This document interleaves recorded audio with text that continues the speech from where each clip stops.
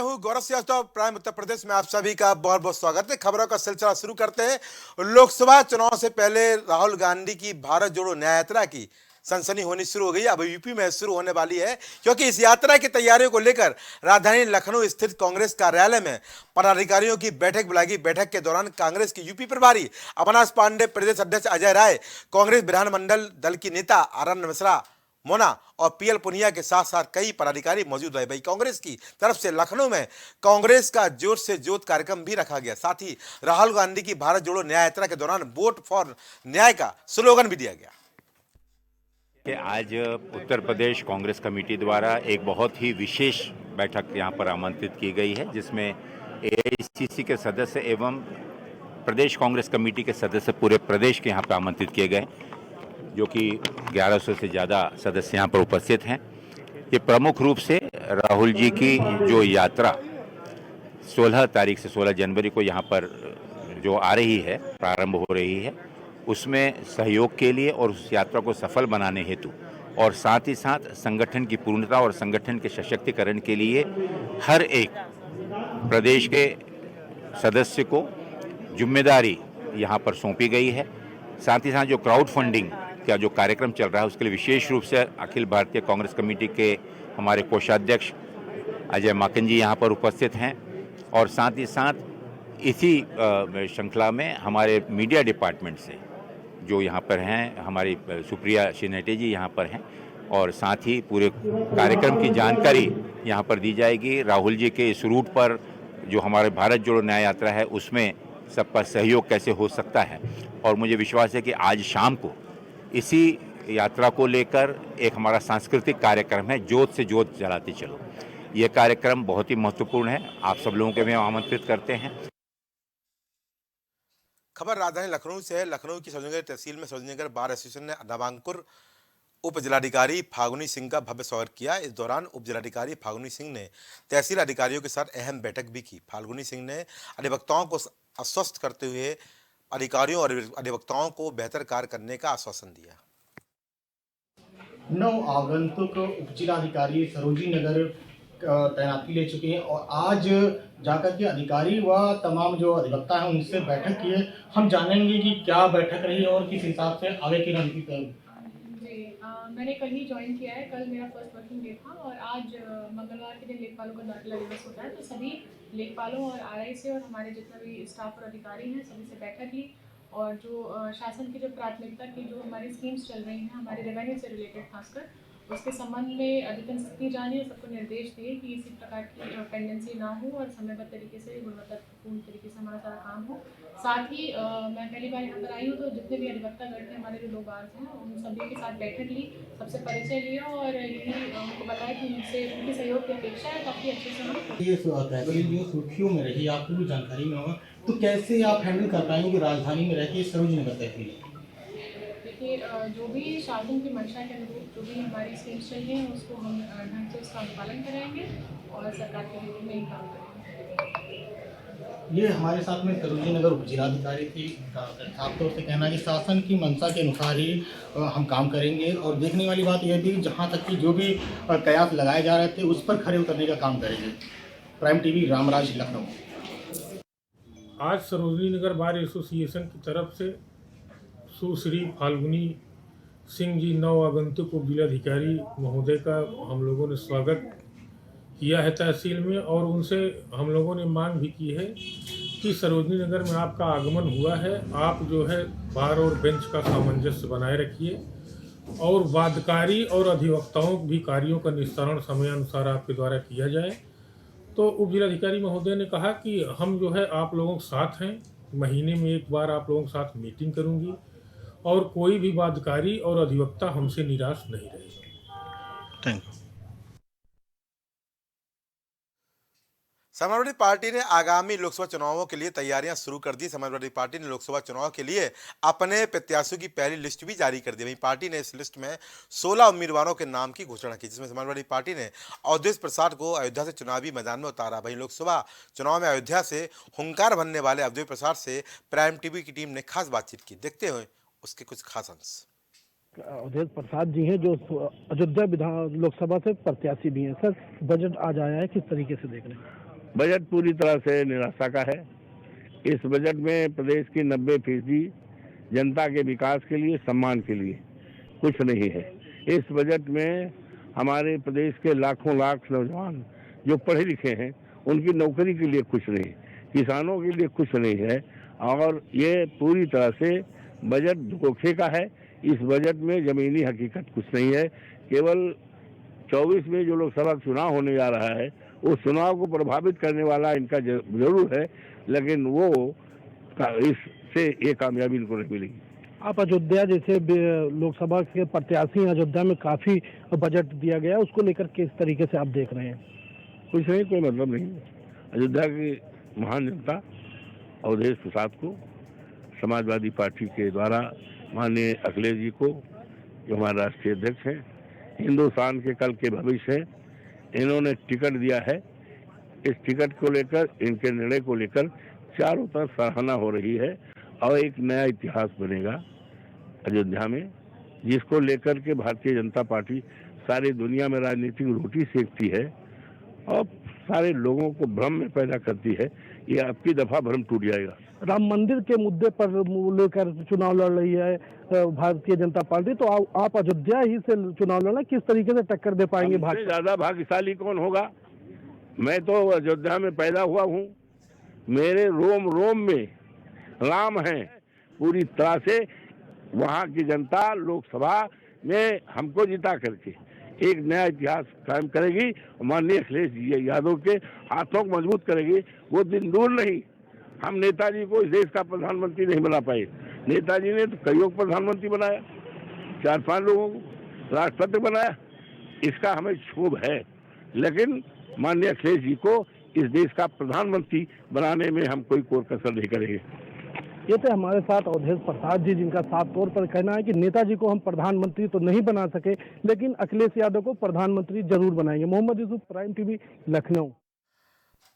उत्तर प्रदेश में सरकार बनते ही मुख्यमंत्री योगी आदित्यनाथ ने भूमि संरक्षण को लेकर एंटी भूमाफिया स्क्वाड का गठन किया था, लेकिन भ्रष्टाचार में लिप्त अधिकारियों की वजह से एंटी भूमाफिया स्क्वाड नाकाम साबित हो रही है। बताया जा रहा है राजधानी लखनऊ की सरोजनगर तहसील पिछले लंबे समय से भ्रष्टाचार में लिप्त अधिकारियों की वजह से सुर्खियों में। दरअसल नगर निगम के लेखपाल, राजस्व परिषद और अन्य अधिकारी सरकारी अभिलेखों में छेड़छाड़ कर और फर्जी इंडीज कराकर भूमाफियों को लाभ पहुंचाने का काम कर रहे हैं। वहीं नगर आयुक्त का कहना है मामला संज्ञान में आया है, जल्द इस पर कार्रवाई होगी, साथ ही जल्द ही नोटिस भी चस्पा की जाएगी। लेकिन 10 दिन बीत जाने के बाद भी अब तक कोई कार्रवाई नहीं हुई है और नगर निगम के लेखपाल ने ना ही कोई नोटिस चस्पा की है।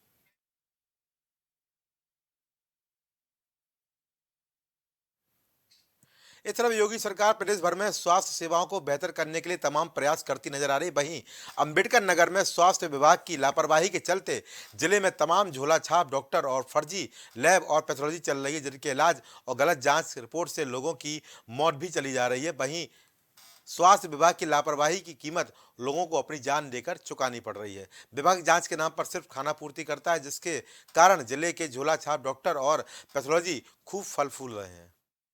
अंबेडकर नगर में झोला छाप डॉक्टरों की भरमार है। हम आपको बताना चाहेंगे कि जिस तरीके से अंबेडकर नगर में झोला छाप डॉक्टरों के इलाज से आए दिन कहीं न कहीं लोगों की जानें जा रही हैं। उत्तर प्रदेश के डिप्टी सीएम ब्रजेश पाठक लगातार जो है स्वास्थ्य विभाग पर नज़र बनाए हुए हैं। अधिकारियों को समय समय पर पेच उनका टाइट भी करते हैं, लेकिन अंबेडकर नगर में जहां झोला छाप की भरमार है, वहीं पैथोलॉजी लैब की भी भरमार है। हर 10 कदम के अंदर जो है एक लैब मिलेगा, ना उनका रजिस्ट्रेशन है, ना ही वो स्वास्थ्य विभाग से उनका कोई संबंध है। लेकिन उनका संबंध अगर है तो सिर्फ स्वास्थ्य विभाग के अधिकारियों से जो उनकी सेटिंग है उसी के सहारे चलाया जाता है। जिस तरीके से अंबेडकर नगर में लगातार जो है स्वास्थ्य विभाग कार्रवाई अगर करने की बात कर रहा है, तो कहीं न कहीं झोला छाप डॉक्टर अगर कार्रवाई की जाए तो झोला छाप डॉक्टरों पर नकेल भी कसी जा सकती है, लेकिन ऐसा देखने को नहीं मिल रहा है। इस पर जब मुख्य चिकित्सा अधिकारी से बात की जाती है कि कार्रवाई कब होगी, इन झोला छाप डॉक्टरों के खिलाफ, तो कहीं ना कहीं मुख्य चिकित्सा अधिकारी ये कहकर पल्ला झाड़ लेते हैं कि अगर कोई भी ऐसी सूचना मिलेगी तो उसके खिलाफ कार्रवाई की जाएगी। सैयद सबी अब्बास, प्राइम टीवी, अंबेडकर नगर।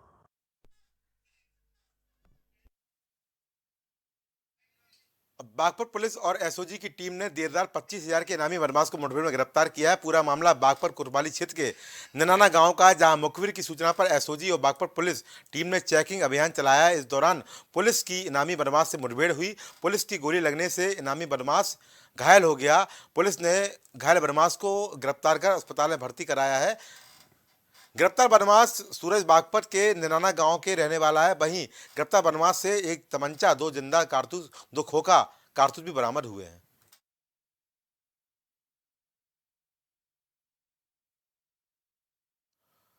कासगंज में भाई बहन के पवित्र रिश्तों को कलंकित करने और दिल दहला देने वाला मामला सामने आया है, जहां सगे भाई ने अपनी नाबालिग बहन को हवस का शिकार बनाया और बाद में उसकी गला दबाकर हत्या कर दी। पूरा मामला जनपद कासगंज के पटियाली थाना क्षेत्र का है, जहां नाबालिग किशोरी की हत्या का सनसनीखेज खुलासा करते हुए पुलिस ने बताया कि आरोपी भाई और उसकी 17 वर्षीय बहन दोनों घर में अकेले थे।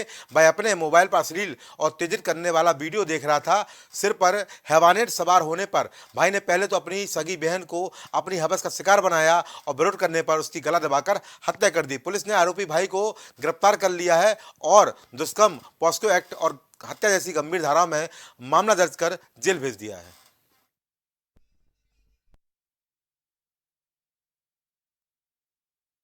जो लड़की की हत्या हुई है वो गला दबाने से हुई है।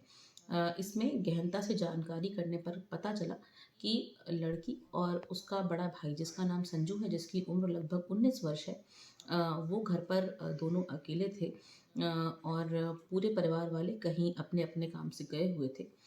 इसी दौरान कुछ आपत्तिजनक चीज़ें जो कि संजू ने अपने फ़ोन पर देखी, उसके बाद उसने दुष्कर्म करने के बाद अपनी बहन की हत्या कर दी। इस संबंध में महज 24 घंटे के अंदर घटना का सबल अनावरण करते हुए सुसंगत धाराओं में अभियुक्त संजू गिरफ्तार कर न्यायिक अभिरक्षा हेतु भेजा गया है।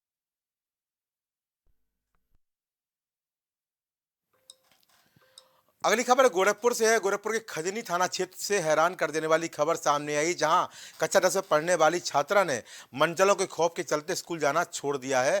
दरअसल ये मामला गोरखपुर के खजनी कोतवाली क्षेत्र का है, जहां पर छात्र ने बताया कि ग्राम कोटा का मंचला रंडी रारा अपने दोस्तों के साथ आए दिन छात्रा से छेड़खानी करता था, जिसके चलते छात्रा अपनी पढ़ाई तक छोड़ दी। वहीं किशोरी की मां ने बताया कि आज सुबह के समय अपने घर में मेरी बेटी बर्तन धो रही थी, तभी मनमर युवक ने मेरी बेटी के ऊपर अपना पालतू कुत्ता छोड़ दिया और जब इसका विरोध किया तो रणवीर ने अपने दोस्तों के साथ हमारे घर में घुस गया और मारपीट करने लगे। वहीं पीड़िता की तहरीर पर खजनी पुलिस ने युवक के खिलाफ मुकदमा दर्ज कर कार्रवाई शुरू कर दी है।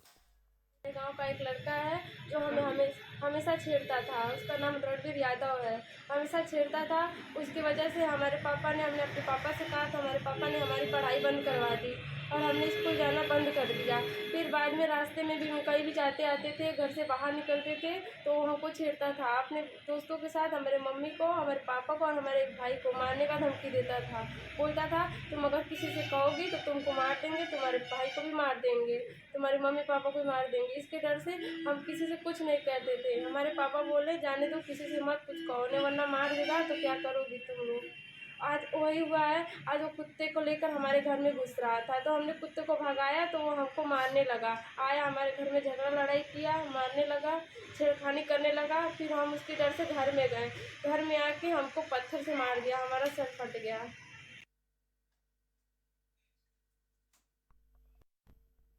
खबर जालौन से है। जालौन में माधोगढ़ कोतवाली क्षेत्र प्रधान पुत्र की दबंगई सामने आई, जहां बंगरा गांव के प्रधान पुत्र ने साथियों से मिलकर ग्रामीण के घर पर फायरिंग कर दी। वहीं इस घटना के दौरान एक महिला की आंख में गोली लग गई। गोली लगने से महिला गंभीर रूप से घायल हो गई, जिसको इलाज के लिए मेडिकल कॉलेज में भर्ती कराया गया है। वहीं घटना की सूचना पर पहुंची पुलिस मामले की जांच में जुट गई है। रात के आए साहब ये लोग, उनने साहब कुंडी बजा के बोले हमें भोले से बात करने, तो उन्होंने की सुबह बात करेंगे। कुछ चरित्र ने कुंडी बजाई कि प्रधान जी आपको बुला रहे हैं सेवा, तो बोले सुबह बात करेंगे, तो गाली गलौज करने लगे। तो जैसी बहू ने खिड़की खोली तुरंत उन्होंने गोली मारी। क्या हुआ फिर? और गोली लगाई तो आज जब दो फेर भाई तो हम पड़े थे उधर जो है मतलब बाढ़ा में, जो हमें पता चला जहाँ हम आए तब तक लोग भाग चुके। थाना कोतवाली माधवगढ़ क्षेत्र ग्राम बंगरा में एक महिला को गोली लगने से घायल होने की सूचना पर थाना माधवगढ़ पुलिस तत्काल मौके पर पहुंची था। महिला को इलाज हेतु CSC माधवगढ़ रवाना किया गया। CSC माधवगढ़ से महिला को मेडिकल कॉलेज उरई भेजा गया, जहां चिकित्सकों द्वारा प्राथमिक उपचार के दौरान महिला को गोली लगने से चोट की पुष्टि नहीं की गई है तथा तहरीर प्राप्त होने पर आवश्यक विधिक कार्रवाई की जाएगी।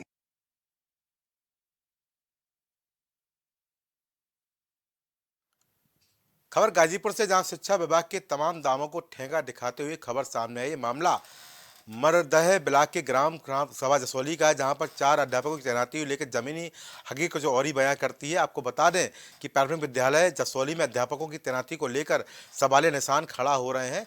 ग्रामीण और ग्राम प्रधान का कहना है कि हेडमास्टर साहब रोज लेट आते हैं और एक अध्यापक ऐसे भी हैं जो महीने में केवल 10 दिन ही विद्यालय आते हैं, बाकी समय वह छुट्टी में बिता देते हैं, लेकिन फिर भी विभागीय अधिकारी इस पर मौन है। मामला तो यह है कि ये लोग छुट्टी पर बता रहे हैं कि हम लोग छुट्टी पे हैं, ट्रेनिंग में चल रहे हैं, लेकिन हमारे यहाँ एक संदीप सर जी हैं, वो समय से नहीं आते हैं कभी। कहा भी जा रहा है कि आज 11:30 होने वाला, सिर्फ एक महिला टीचर के अलावा कोई स्कूल में विद्यालय में नहीं है। नहीं, क्या है मामला? कोई नहीं है। कोई नहीं है, सबकी तीनों लोग की ट्रेनिंग चल रही है।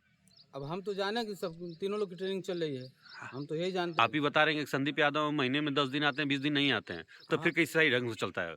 नहीं भाई, उनके लिए तो हम तो कह ही रहा हूँ कि वो नहीं आते हैं। नहीं आते हैं, उनके लिए कोई नियमावली नहीं है? नहीं। खबर चित्रकूट से। चित्रकूट शहर के एक गेस्ट हाउस के कमरे में एक पुलिसकर्मी का 100 फंडे से लटका हुआ मिलने से हड़कंप मच गया। बताया जा रहा है कि वह अपनी पत्नी और 4 साल के बेटे के साथ बाहर रुका था। वहीं घटना के बाद मौके से पहुंची पुलिस ने जांच पड़ताल शुरू कर दी है। वहीं मृतक सिपाही बीरेंद्र यादव की पत्नी ने पुलिस अधिकारियों पर प्रताड़ित करने का गंभीर आरोप लगाया है। आपको बता दें, मृतक सिपाही बीरेंद्र यादव जो गाजीपुर जिले का रहने वाला था,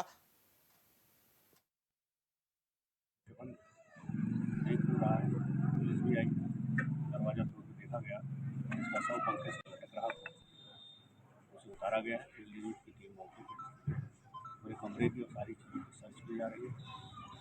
पंचायत थाना कार्यवाही करके पोस्टमार्टम के लिए 100 भेजा जाए। फिलहाल अभी तक उसके द्वारा सुसाइड करने का कोई कारण उजागर नहीं हुआ। परिवार के मुताबिक मौके से अभी तक सर्च में कोई सुसाइड नोट भी नहीं मिला है। आगे की कार्यवाही छानबीन के बाद। सर, उसकी पत्नी ने आरोप लगाया है कि उसको पुलिस अधिकारियों द्वारा प्रताड़ित किया जाता था, पूर्व में भी अगर लेट पहुंचता था तो रिपोर्ट दर्ज कर ली जाती थी। अब जैसा कि आप प्रश्न पूछ रहे हैं कि अगर लेट पहुंचता था तो रिपोर्ट दर्ज कर ली जाती थी, तो लेट पहुंचने वाले की रिपोर्ट दर्ज ही हो, ये तो विधिक प्राविधान है। कोई सुसाइड नोट मिला है? अभी नहीं मिला। और जबरदस्ती सर सस्पेंड करने का भी आरोप लगाया है, जिससे आर्थिक तंगी से परेशान थे। सस्पेंड करने का तो उसके निश्चित रूप से कोई कारण होंगे, तब आदमी सस्पेंड होता है। सस्पेंशन में उसकी जांच होती है। आज तो फिलहाल वो वर्किंग में है, न सस्पेंड है, न कोई ऐसी बात है। न्यायालय क्या कहते हैं, पुलिस लाइन से जो भी उसे ड्यूटी, कमांड ड्यूटी वगैरह मिलती थी वो कर रहा था। ठीक है।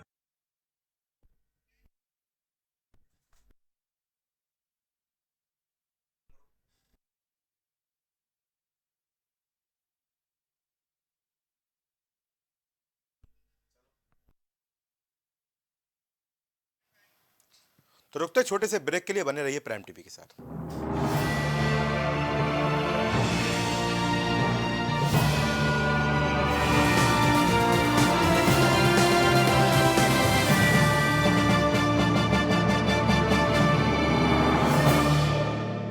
प्रधानमंत्री श्री नरेंद्र मोदी का संकल्प है कि देश का हर नागरिक पोषित, सशक्त और समर्थ बने। जब पूरा विश्व इस सदी की सबसे बड़ी महामारी कोविड-19 से जूझ रहा था, उस दौरान प्रधानमंत्री श्री नरेंद्र मोदी जी के नेतृत्व में भारत सरकार ने प्रधानमंत्री गरीब कल्याण अन्न योजना का संचालन कर देश के गरीबों की खाद्य सुरक्षा सुनिश्चित की। इसी संवेदनशीलता को जारी रखते हुए आज 80 करोड़ से भी ज्यादा लोगों को मुफ्त अनाज दिया जा रहा है। सभी को अनाज, पोषित समाज। अगर आप करना चाहते हैं अपने बिजनेस को प्रमोट, तो इसके लिए आपको चाहिए होगा एक सपोर्ट। बेहतर स्क्रिप्ट, शानदार ग्राफिक्स, बेहतर विजुअल, दिखाएंगे कमाल, जानकारी पहुंचेगी जन जन तक, आपका काम करेगा धमाल। इन सभी चीजों के लिए अब ना हो परेशान। Brand promotion, motion designing and video editing, 2D और 3D animation, television telecasting, social media works, script writing जैसे कामों के लिए आज ही कांटेक्ट करें 9267925186 पर। इसी के साथ ही आप हमें जीमेल भी कर सकते हैं vikasproduction.gfx@gmail.com पर।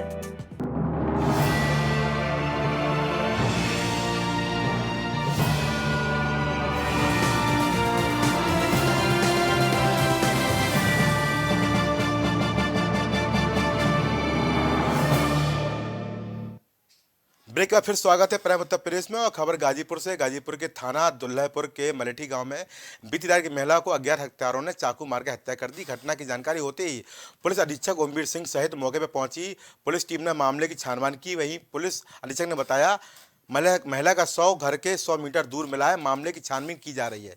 वहीं पुलिस ने अज्ञात हत्यारों के खिलाफ केस दर्ज कर 100 को पोस्टमार्टम के लिए भेज दिया है। दुल्लापुर पुलिस को ये सूचना मिली थी कि मलेठी गांव में एक महिला है, उनको चाकू मार के उनकी हत्या कर दी गई है। इस सूचना पर तत्काल दुल्लापुर पुलिस क्षेत्राधिकारी भुड़कुड़ा एसपी सिटी, मैं स्वयं खुद भी आए हैं। अभी तक कोई परिवार बताने की स्थिति में नहीं है।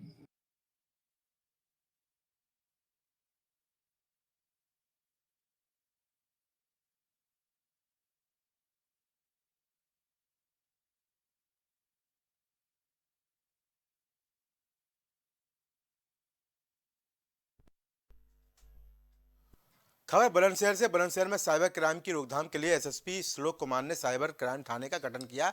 जिले में बढ़ते साइबर क्राइम को लेकर पुलिस बेहद परेशान थी, जहां अब साइबर क्राइम थाने में अब ऑनलाइन ठगी से लेकर सभी साइबर अपराधों को 48 घंटे में निस्तारण करने का प्रयास किया जाएगा।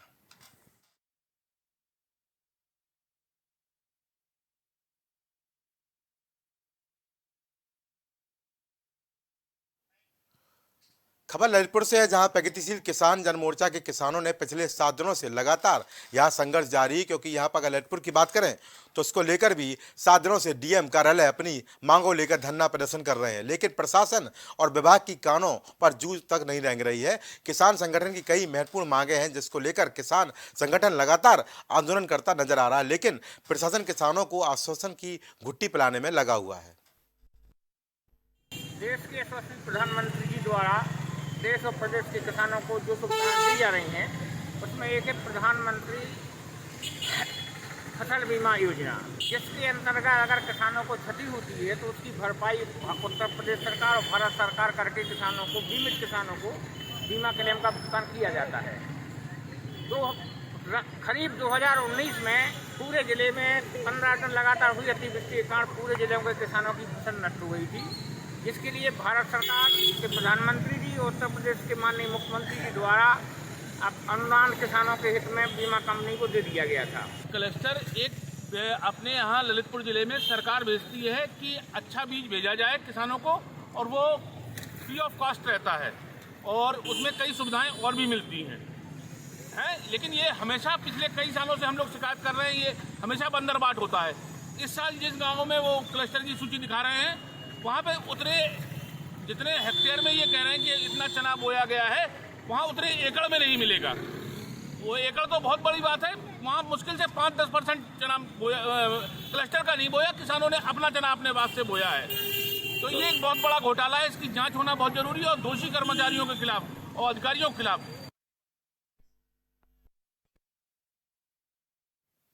अगली खबर सहारनपुर से जहां मदनपुरी कॉलोनी में व्यापारी घर बीती 27 जनवरी को लूट की घटना का पुलिस ने खुलासा किया है। गौरतलब है 3 बदमाशों ने बंदूक की नोक पर बेकरी व्यापारी किशोरी लाल ठक्कर के घर से 1,38,000 रुपयों की लूट की घटना को अंजाम दिया था, जिसका सफल अनावरण करते हुए पुलिस ने 11 दिनों के भीतर तीनों लुटेरों को गिरफ्तार कर लिया है। जय मंडी थाना क्षेत्र में 26-27 जनवरी की रात में मदनपुरी कॉलोनी लगती है, उसमें एक बेकरी स्वामी हैं युधिष्ठिर जी। उनके साथ ही जब वापस वो अपनी बेकरी बंद करके वापस अपने घर पे आए थे तो 4 लोगों ने मिलकर उनके घर में घुसकर उनके साथ लूटपाट की थी। सभी उच्च अधिकारियों ने इस घटना को संगीनता और गंभीरता से लेते हुए इसमें टीम गठित की थी। टीम गठित करने के बाद हमने इसमें सीसीटीवी सर्वेलेंस और सबका प्रयोग करते हुए और स्पेशली इसमें मैनुअल इंटेलिजेंस का प्रयोग करते हुए ये पता किया था इसमें कि कौन 4 लोग थे जो इसमें मेनली इन्वॉल्व थे। जब हमें पता चला तो ये वही लोग थे। इसमें दो लोग हैं, जहांगीर और नवीन सैनी। इसमें जहांगीर और नवीन सैनी हैं, वो पहले ही विकास नगर पुलिस द्वारा पकड़ लिए गए हैं। उन्होंने वहां पर भी एक लूट का प्रयास किया था 3 दिन पहले, उसमें वो पकड़ लिए गए हैं। बाकी जब उनके साथ 2 लोग और जो जिसने हमारे यहाँ लूट कारित करी थी वो आइडेंटिफाई हुए थे। एक अनिल यादव नाम का है, उस पे पहले भी मुकदमे हैं। 5 साल करीब वो जेल में रहा है और 2023 में वो जेल से बाहर निकला है। एक सुधीर कश्यप उर्फ लकी है जो उस दिन घटना में था। इसको भी आज हमने पकड़ लिया है और आज इसको कोर्ट के सामने पेश करेंगे। फिरोजाबाद में फरीहा क्षेत्र में सुनाम माइनर के पास माइनर कटने से करीब 200 बीघा किसानों की गेहूं और सरसों की फसल जलमग्न हो गई। वहीं किसानों ने फसलों को डूबता देख फावड़े से पानी रोकने का प्रयास भी किया, लेकिन सफलता नहीं मिलने पर सिंचाई विभाग के अधिकारियों को इसकी सूचना दी गई। सूचना पर सिंचाई विभाग के अधिकारी जेसीबी के साथ पहुंचे, लेकिन पानी को रोका नहीं जा सका, जिसके कारण किसानों की करीब 200 बीघा फसल जलमग्न होकर बर्बाद हो चुकी है। वहीं अब किसानों ने फसलों में भरे पानी की निकासी कराए जाने और नुकसान का मुआवजा दिए जाने की मांग की है। पेपर रोकने से पानी खंडी कट गई है। कितने खेतों में पानी भर गया है? 200 बीघा जमीन। 200 बीघा। तो अभी कोई व्यवस्था की गई है? हाँ, व्यवस्था तो अधिकारी आ गए हैं पर अभी कोई व्यवस्था नहीं है। व्यवस्था नहीं है, पानी जा रहा है। आपका कितना खेत है? हमारा 5 बीघा खेत है सारे। किस चीज का? गेहूँ है।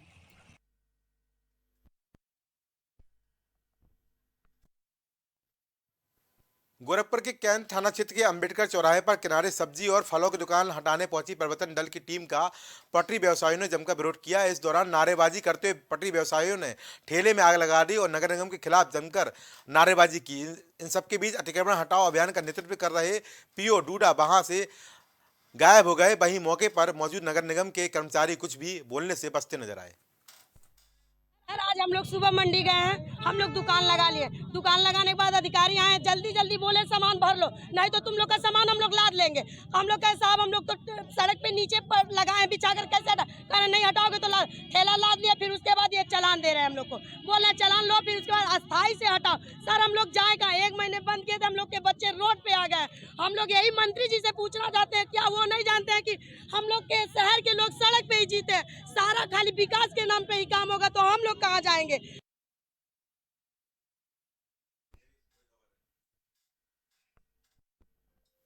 मथुरा रेलवे स्टेशन की रिमॉडलिंग का कार्य 2 चरणों में संपन्न हो चुका है, जिसके बाद से सभी ट्रेनों को चालू कर दिया गया है। मंडल रेल प्रबंधक तेज प्रकाश अग्रवाल ने पत्रकार वार्ता में बताया कि करीब 327 करोड़ की लागत से रिमॉडलिंग कार्य 27 नवंबर 2023 को शुरू किया गया था, जो आज पूर्ण हो चुका है। सभी ट्रेनों को फिर से यथावत चालू कर दिया गया है, जिसके बाद अब यात्रियों को मथुरा रेलवे स्टेशन पर और भी सुविधाएं मिल सकेंगी। मथुरा यार्ड में मोबिलिटी और इंफ्रास्ट्रक्चर को इम्प्रूव करने के लिए एक मेजर यार्ड रिमॉडलिंग और आरवाई का कार्य किया जा रहा था। यह कार्य 27 नवंबर से शुरू हुआ था और ये कार्य आज सफलतापूर्वक संपन्न कर लिया गया है। तो इस पीरियड में बड़े खेद जो यात्रियों को और देशवासियों को जो असुविधा हुई उसके लिए भारतीय रेलवे बहुत खेद प्रकट करती है। आज यह कार्य सफलतापूर्वक संपन्न कर लिया गया है। कल से ट्रेन सर्विस रिस्टोर कर दी जाएगी। ये टोटल इस प्रोजेक्ट की कॉस्ट करीब 300-350 करोड़ के आसपास है।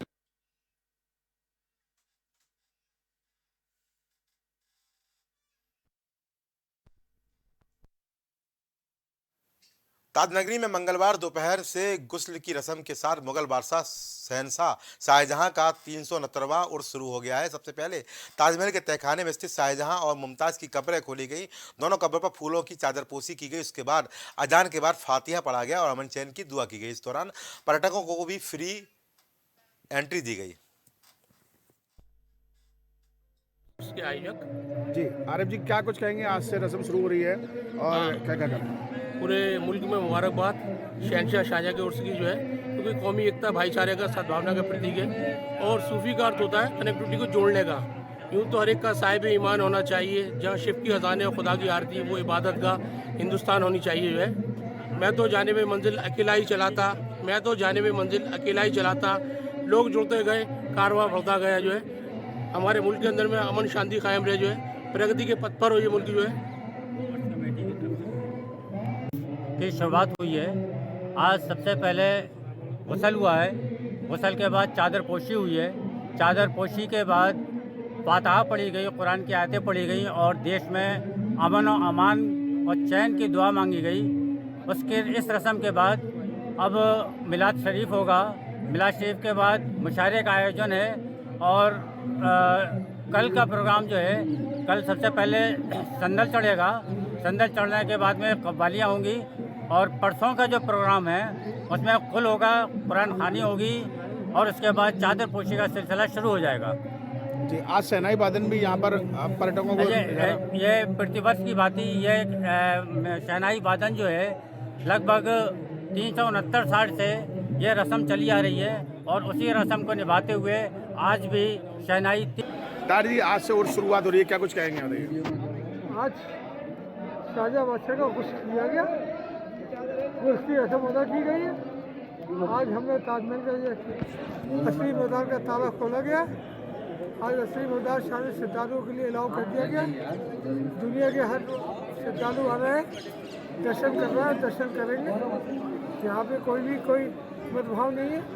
जैसे हिंदुस्तानी सत्ता की चादर 8 तारीख को चलेगी, उस दिन सैयद मुनव्वर जी, अध्यक्ष राष्ट्रीय स्मारक समिति। बताइए मुनव्वर जी, क्या कुछ कहना है? शहनशाह शाहजहाँ का और शुरू हो चुका है। शाहजहाँ का शुरू हुआ, सभी ने दुआ मांगी अमन चैन की और सारे ही लोगों ने इसमें भाग लिया।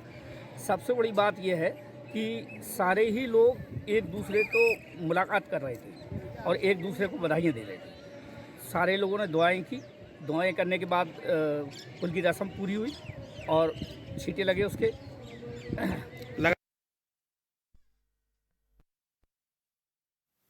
और बड़ी खबर महोबा से, जहां मधुमक्खियों के हमले से 50 से अधिक लोगों जो श्रद्धालु हैं वो यहां पर घायल हो गए।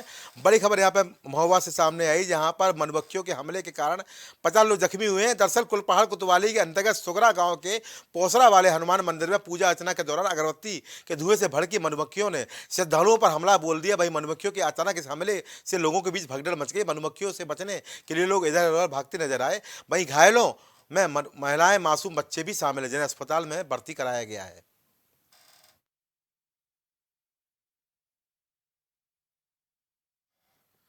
तो आज के प्राइम उत्तर प्रदेश में इतना ही। देश और दुनिया की तमाम खबरों के लिए देखते रहिए प्राइम टीवी। नमस्कार।